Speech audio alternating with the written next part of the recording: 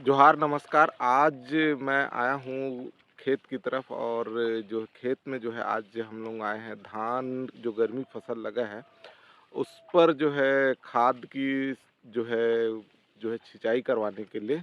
तो मैं आज आपको जो बताने वाला हूँ उसमें जो है आप कम खेती में भी जो है गर्मी का फसल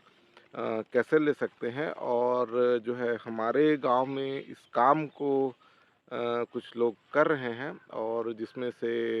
यहाँ पर मेरी ज़्यादा जो ये पीछे मेरे जो धान का लगा हुआ खेत और प्लॉट देख रहे हैं वो मेरा नहीं है, वो किसी और का है। लेकिन इसी भाग में थोड़ा-सा हिस्सा मेरा भी है और यहाँ पे जो किसान जो खेती कर रहे हैं, उसका भी ज़्यादा खेती नहीं है और उसकी खेती करीब यहाँ पे मात्र 2 एकड़ के आसपास है।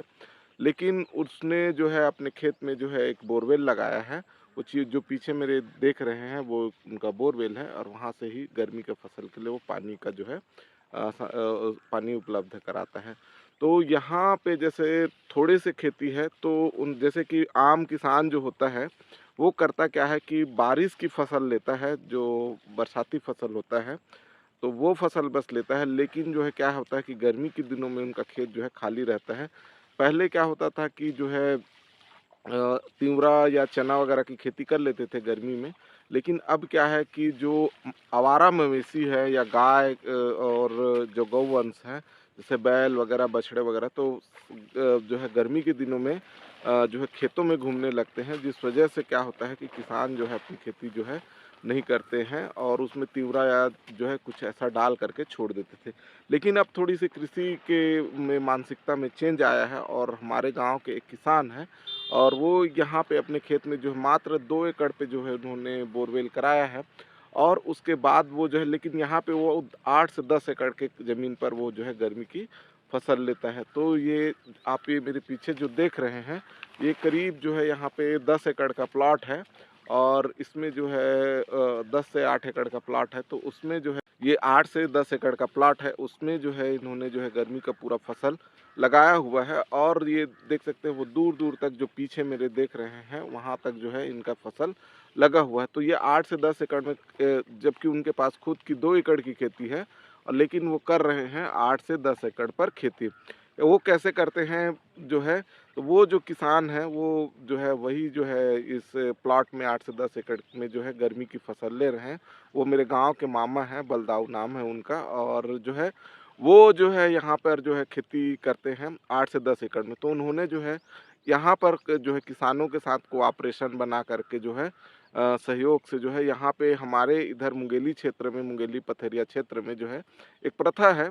कि अगर आप जो है खेती नहीं करना चाहते हैं आप खेती को, तो आप जो है किसान के खेत को जो है अपनी मेहनत आपको करना है और किसान के खेत को जो है आप बटाई में ले सकते हैं, मतलब अधिया बोलते हैं हमारे तरफ। आधा-आधा की जो है फसल ले सकते हैं। तो उसमें जो है किसान आपको ज़मीन जो है किसान दे देता है, लेकिन उसमें मेहनत आपको करना रहता है और जो सिर्फ़ खाद पानी खाद रहता है वो चीज़ें आपको देना पड़ता है। लेकिन जो है बाकी चीज़ें जो आधा और बटाई में जो लिया रहता है, वो अपनी मज़दूरी करता है, जुताई से लेकर के निराई, गुड़ाई, खाद खाद की सिंचाई, तो जो है वो सब कुछ वो खुद करते हैं। तो इस तरीके से जो है ये हमारे गाँव के मामा जी बलदाऊ जो हैं, वो यहाँ पर जो है खेती कर रहे हैं। 10 एकड़ पर जो है गर्मी की फसल लगाते हैं और मेहनत करते हैं, जबकि उनकी खेती यहाँ पर सिर्फ 2 एकड़ है, बाकी का 8 एकड़ जो है वो बटाई में लेते हैं। अब वो उनकी मेहनत के ऊपर डिपेंड करता है, निर्भर करता है कि वो कितना मेहनत करते हैं। अगर खाद बीज अच्छा रहा और सिंचाई गुड़ाई अच्छी रही, तो वहाँ से जो है वो काफ़ी अच्छा अपना जो है उत्पादन ले लेते हैं और ये जो है किसानों के साथ आपसी सहयोग से वो खेत जो है गर्मी की फसल के लिए वो बटाई में लेते हैं, जबकि जो है उनका खेत जो है यहाँ पर सिर्फ 2 एकड़ के आसपास है और यहाँ पर वो जो है लेकिन गर्मी में 10 एकड़ में जो है खेती करते हैं। तो ये एक अच्छा माध्यम है कि अगर आपके पास 1-2 एकड़ ज़मीन है और जिस पर आपने बोरवेल लगा स्थापित कर लिया है, लगा लिया है, तो आप जो है इस तरीके से जो है किसानों से सहयोग लेकर के, आस-पास के किसानों के साथ जो है उनका जो है आपसी सहयोग लेकर के जो है आप जो है